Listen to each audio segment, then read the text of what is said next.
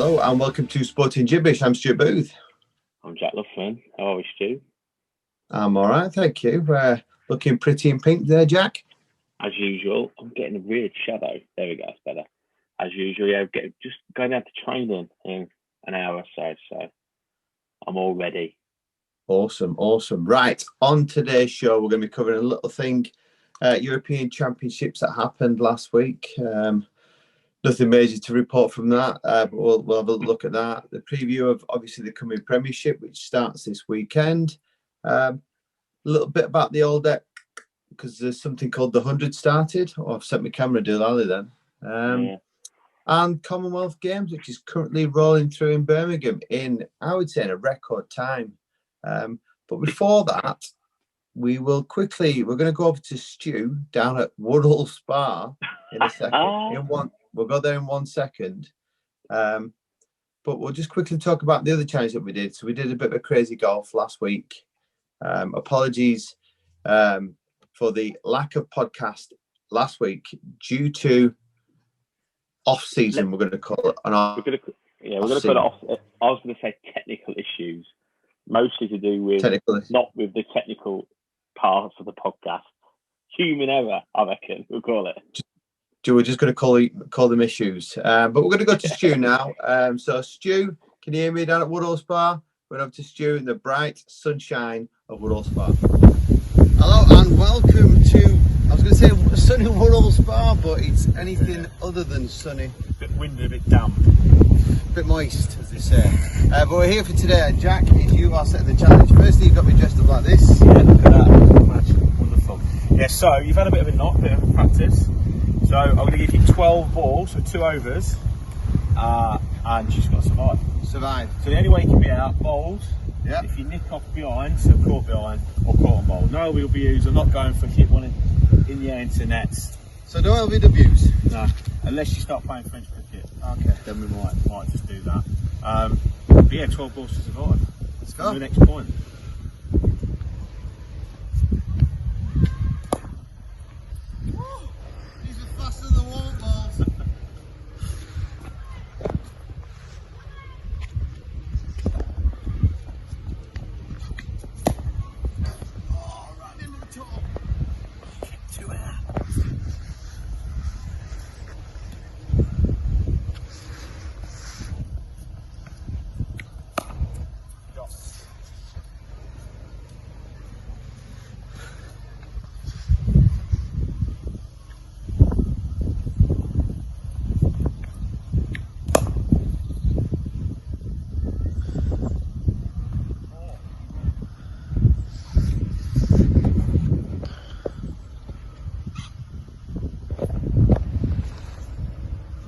Well, how many balls have you done? 12. 2 overs? Yeah.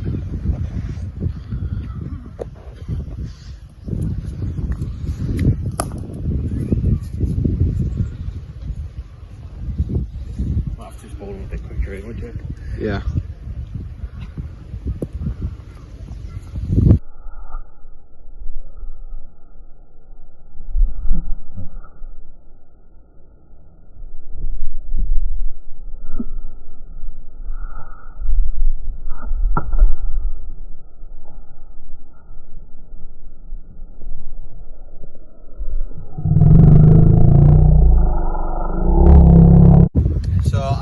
Still alive.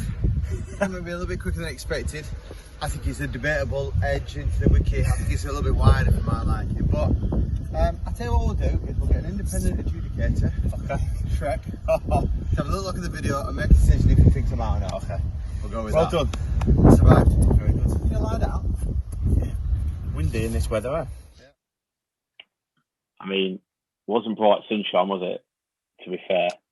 Well, I've also put this out to vote because I'm not convinced. That's not convinced. That is, your lad was there, out. He hasn't got a Scooby-Doo about anything. So I'll just have a quick look because I did put a voting system on the old Instagram. There's some interesting comments on Twitter though. Because a couple of people got into it, didn't they? One of your friends actually did say that if you were batting Jack, you would not have accepted that as being out. I would have walked. You would not have walked. Anyway, the vote has come in 73% says Stu was out. Yeah. So that gives, I was going to say, that gives you that, and we'll talk about the golf in a second, but that puts you at 6-3, is that right? 6-4. Is the golf not, well, you've jumped the gun there, haven't you, Jackie boy? It was 6-3 before the golf. You sure it wasn't 6-2 before the golf? No, 6-3 before the golf. I think one of the games at Top Golf and my golf. They're my three. All right. Okay. So 6-4 then. We'll give you 6-4. I was impressed by you though, Stu. I must admit, you did all right. I did better in the warm up. I wasn't at full tilt, mind, but considering the conditions, it was enjoyable. I think I come in at about number 10 for your third team or vets team, I reckon. You go all right. But yeah, lovely little setup down there. Nice little village you've got there. Quaint. Told you when it's 1940s weekend here, nobody knows the difference. No. Yeah, it does look like the time. Was it the land that time forgot? Yeah. It's a bit like that. It's very quaint. But we'll quickly talk about the golf as well. So we did the old crazy golf in Leeds, going into the last hole. I think I was one shot up. Was I one shot up? I thought it was two actually. Was it 2 shots up? And I decided to get a little bit cocky and try and put it like I was on a snooker table, and rimmed it. Went to a playoff, and Jack won the playoff. So that puts you at 6-5 if our calculations are correct. Yeah. 6-5 and all to play for. Back on, and some big events coming up. I think we've got paddle tennis coming up and archery as well. So game on. Big things coming up. But right, we'll put the challenges to side. So what have we done this last week? Well, we've had a pretty busy week. We went to Leeds, didn't we, Jack, to celebrate Paul Walker's 40th birthday. Then I came down to Woodall Spa to join you down there.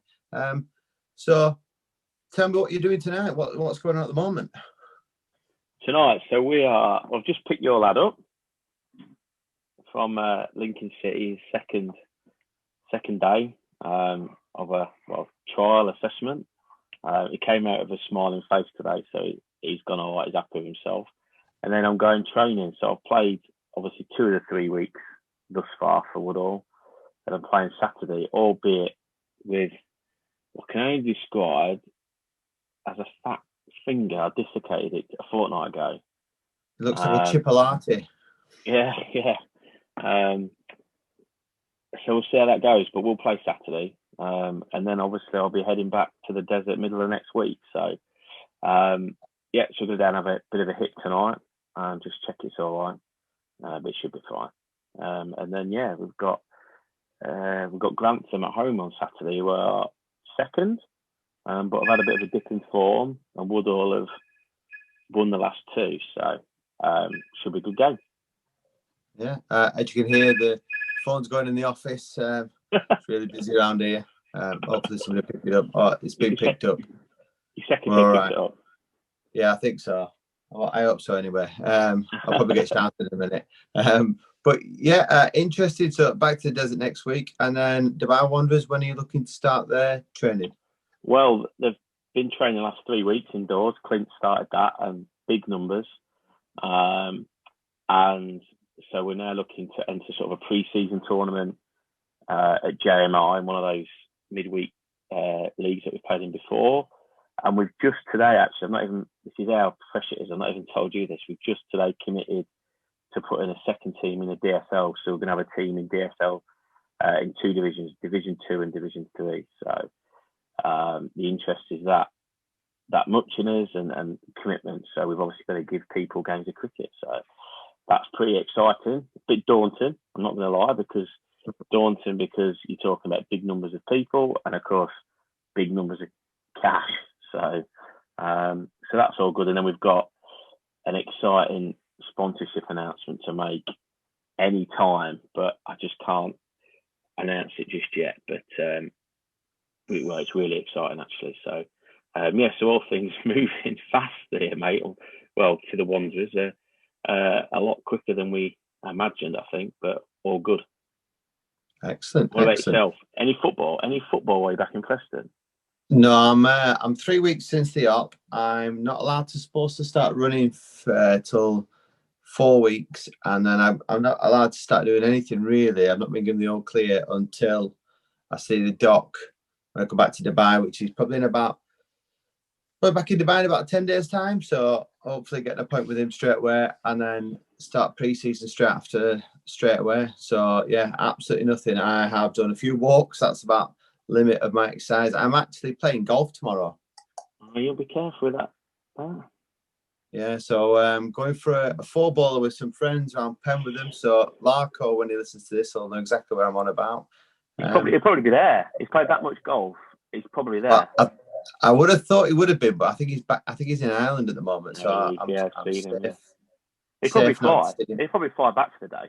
He probably would if I was sure. He probably would give it a quick, easy jet and he'd be there. But apart from that, absolutely nothing. So yeah, it's a strange one. I feel like a little bit pent up frustration, but we move on. But I tell you what has helped me: plenty of sport on the TV. Correct, yeah. So we'll start with the European Championships last week. The Lionesses beating Germany.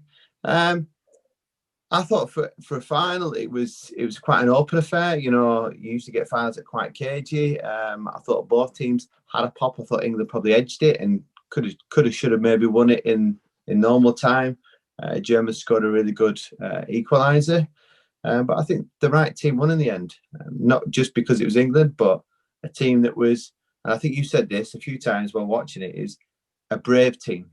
A team that moved the ball forward quickly, and when they got into areas, didn't go square, you know, just tried to push that next pass and try and find that opportunity. So it was a good game to watch. Yeah, I agree with you. I think I've watched a few of the games actually all the way through the tournament. Most of the England games, admittedly. And I agree with you. I think they deserve his side won in the final, I think. Before anybody shoots you down, I know it's a different game to the men's game. I get that. But one thing, and I did say to him, we were watching it Sunday evening, one thing I've noticed in all the games I've played, there's two observations for me. Firstly, she's picked the same 11 every game, whether they qualify from the group or not, whether one of the, I know that during the tournament was talks of the left back who was a bit of a shock choice originally, I think, to play at left back, had a dodgy half, but she stuck with her. There was talk of maybe Ellen White not playing the final because she's not been that effective in terms of goals in the semi-final and quarter-final, but she ignored all that noise. She knew what she wanted to do. She picked the same 11 players. And would you dare you say, got a just rewards, you know, they won the championship because they know each other's jobs. And like you said, and I did say it, just brave, pass forward, you know, which is one thing that I'm craving the England men's side to do. Southgate, pick your best, what you think is your best system with your best 11 players. Tell them to be brave because all our talents in the attacking third, and go with it just as Wilman did. Because look what happens. And yes, we all know it's a different game, but the philosophies are the same. And so yeah, I'm with you. I thought it was a really enjoyable final, thoroughly deserved, and I think all of them are really great ambassadors for the country and for England, and I hope that it kicks off. I noticed that the friendly game that they announced in October against America has already sold out. There's only corporate tickets left, so it just shows, doesn't it, what you can do. Great news. And I think might be an actual record of a coach winning back-to-back European Championships with different teams. Yeah, and without losing a game. Yeah, I've known of coaches that have won back-to-back competitions, but not with a completely different nation. So big hats off, and we do put her as a favourite potentially to move it into the men's game next. We had a discussion about this, didn't we? So I think interested to see if she move over. Her or the lady from Chelsea, whose name escapes me. I can't think. I think they're two definitely the favourites to move into the men's game because you can't argue with what they've achieved. No, far from it. We're going to leave the Premiership to the end, and we'll talk a bit about the Community Shield in a second. But we'll quickly cover the 100, which did it start last night? Started last night in what can only be described as not the weather. It wasn't a damp squib, but the game was that bad, Stu, or that interesting or one-sided that I turned it off and I watched some Commonwealth Games. Admittedly, the final event in the heptathlete and the 100-metre finals before I turned back again. Reason being, Welsh Fire lost the toss at Southern Brave. They were inserted and basically got 107 for 7 or 8, I think, off their 100 balls. Not 1-6 hit all night. Looked very average, very underprepared. The Brave played well, bowled well, fielded well. And then the Brave proceeded to knock them off one down comfortably. The big highlight was the captain, James Vince, who was 71 not out, I think. But he's a class player. You know, in my opinion, should be involved in all of England's squads. Just captained Hampshire to the Blast Championship.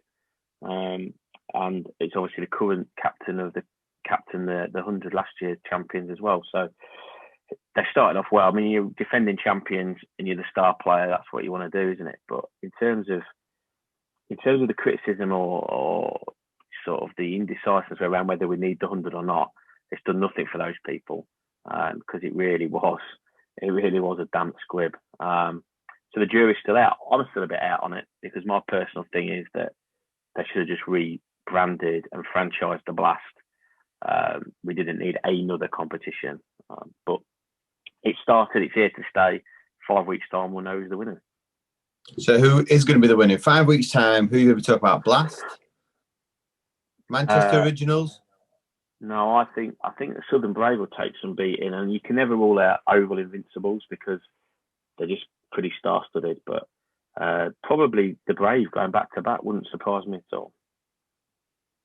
Okay, we will keep our eye on that. And whilst I was down at the mighty Woodall, we did catch a little bit of the Commonwealth Games, which I've never really watched much of the Commonwealth Games before, probably because in retrospect, it's quite a less of a tournament when you think about all the nations that are missing. But it's been quite a good showing so far in different activities.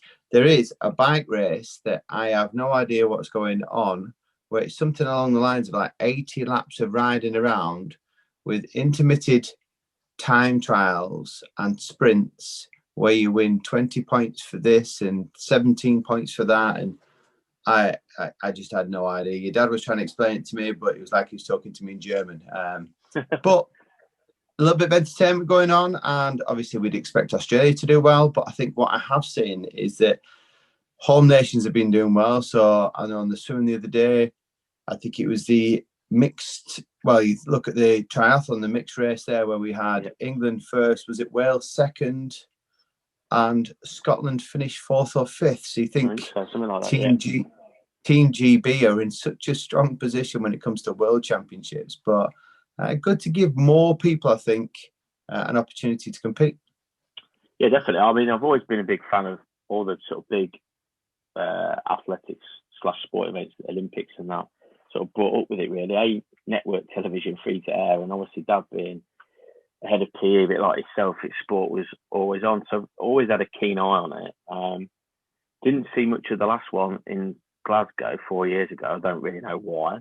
But obviously being back here now, I'm just a bit disappointed I didn't really plan it well enough and got to get something, to see some of it. My brother went last Saturday and took in the rugby sevens in the morning in Coventry, and then the women's cricket at Edgbaston in the evening. So they had a great day. But I think, on the whole, England and that home nations as a whole are doing really well. A few upsets along the way. Adam Peaty in 100 metres, what we watched the other day, but came back to storm home and got the complete set now, hasn't he? The 50-metre sprint was the one he didn't get. But yeah, I think it's good viewing. It's good to see some of the lesser sports. I mean, we were glued to the bowls the other morning, weren't we? The England-Wales bowls. It's a good game, bowls. Don't put balls down.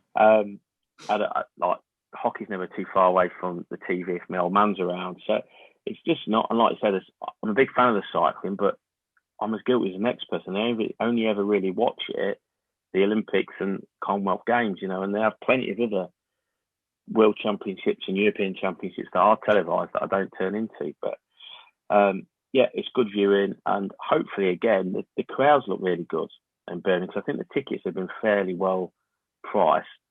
I think you can get kind of like package deals, if you like, as well. Everything's quite close together. So again, hopefully, talk about the Lionesses. Hopefully that some of the youngsters who have been to the Commonwealth Games and watched hockey or a bit of cricket or the athletics, the bowls, might take it up, because that's what it's all about, really, isn't it? To keep on developing sports and those, we always say the lesser sports, the soccer. I watched the mountain biking actually the other morning, which when I first started watching, I thought, this is a bit boring, but 5 laps into the A, I couldn't switch it off, so I watched the whole race. So, and I guess that's what it's all about. But yeah, you can't beat live sport on the TV, though, can you? That's what it's all about.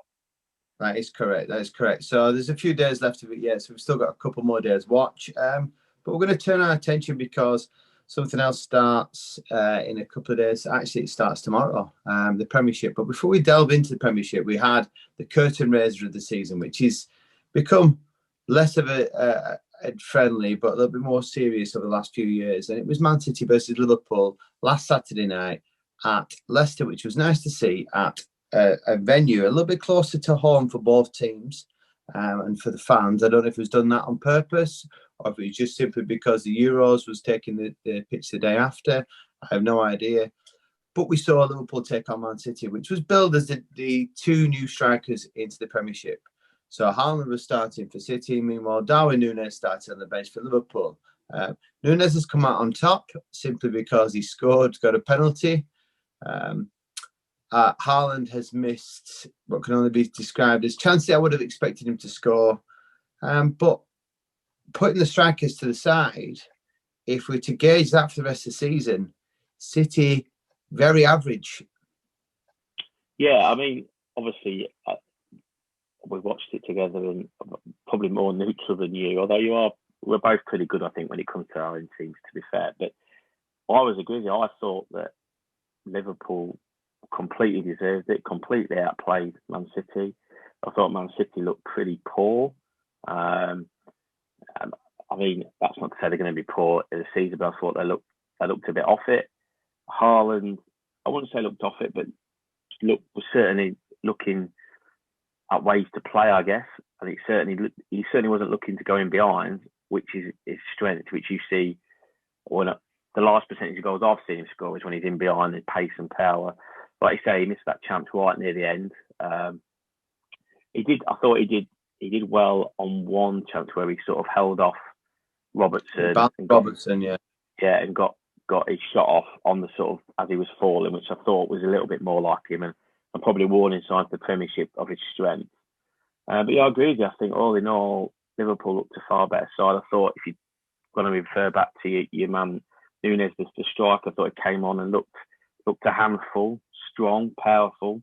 I think you said it, and actually you were right when I thought about it. It looked a bit erratic, mind, like he was wanting to prove himself. But yeah, it certainly, if anybody thought that Man City were going to run away with it because all of a sudden they signed Haaland, I think you can think again. I think the problem is with Pep, and we've talked about this more times than not, is that who does he play in and around Haaland? And it makes it very difficult for fantasy football players because I don't think anybody knows who he's going to play in and around him. Probably not even him. So I think there's a bit of work. I would say they've been working hard on the training ground this week. Put it that way. Yeah. Right. So we are on the eve of the Premiership. I have been quietly surprised with Arsenal in pre-season, putting together some performances and getting some great results. I think they might be a little bit of a surprise package. And I think, again, I don't think they've invested enough in depth of squad. So I think if they can keep themselves relatively injury-free and suspension-free, which is probably Arsenal's biggest bugbearer, I think they could be pushing for one of them top 4 spots. Man United, I'm interested to see, and I've got a feeling that Rashford and Sancho might come good this year. So if Ronaldo's not involved, I'll see him leave. Spurs yet to see any of Spurs pre-season action. Likewise with Chelsea. So really intrigued to see how both of them are going on. And now Chelsea have just bought, or they say the deal's just about to go through for that. How do you pronounce it? Cucurella, yeah. From Brighton. But he's a left back. So where does that put Chilwell and Alonso? Yeah. So I've just thrown a load at you there, Jack. So dissect that however you want. Let's start with Arsenal. I think they've made some decent signings. I'm not sure they are still strong enough depth-wise. I completely agree with you there. I'm interested to see how he fits in Zinchenko and just Tierney. Is Zinchenko going to play midfield, or is he going to go to a 3 and play Tierney as a left-sided centre half? And obviously Jesus has scored goals in pre-season. I think the biggest thing with him, and I said the same when originally I think Spurs and two other sides were looking at him, is that it's not that he doesn't score goals, but he's never really done it in the big games because Pep's never trusted him. Now, is that because he's not good enough, or is it because Pep just didn't trust him? I think there's a difference. So, but he certainly he's doing better than. You're better off scoring in pre-season than not, aren't you? So I think you're right. If they can get off to a reasonably good start, could be interesting. I agree with you, Man United, and I see Neville said the same. Ronaldo needs to go. Just get rid of him. Even if he's there, just don't play him. Egotistical something. And I'm with you. And from an England point of view, I hope that he does get the best out of Rashford and Sancho. I think they're way off still as a side. But we'll wait and see what he does there. Chelsea don't really know a lot about. I see that Brighton have actually denied the fact that Cucurella bid's been accepted, so who knows? But again, a strange signing, unless he's going to play centre forward. I see they've also been linked with Aubameyang this morning. So things are weird. I also saw De Jong was on the table as well. Yeah, so things are weird there, aren't they, Chelsea, at the minute? I don't quite know what's going on. Spurs, I think we've done decent business. I've seen bits and glimpses in pre-season. But a lot of the games he's sort of used two sides in most of them. So you don't really get a feel for what's been going on. But I think we all know how he's going to play. We know the system. We probably know the players. We know where the threat's going to come from. So I don't think it'll be any change. I think as a Spurs fan and Conte, you just hope that how we finish the season we started, because if that happens, then we're going to be in the mix for the Champions League. In the Premier League, we're going to be in the mix. We're going to go right in the Champions League, and we're going to be in the mix for the cups. But if you start badly, who knows? Right. Okay. I'm going to pose this question to you now. So you obviously consider yourself hopefully pushing for the top 4 this year. You've obviously got Champions League football, which is great for Spurs. Would you take at the end of the season a top 4 finish or an FA Cup win? I don't know.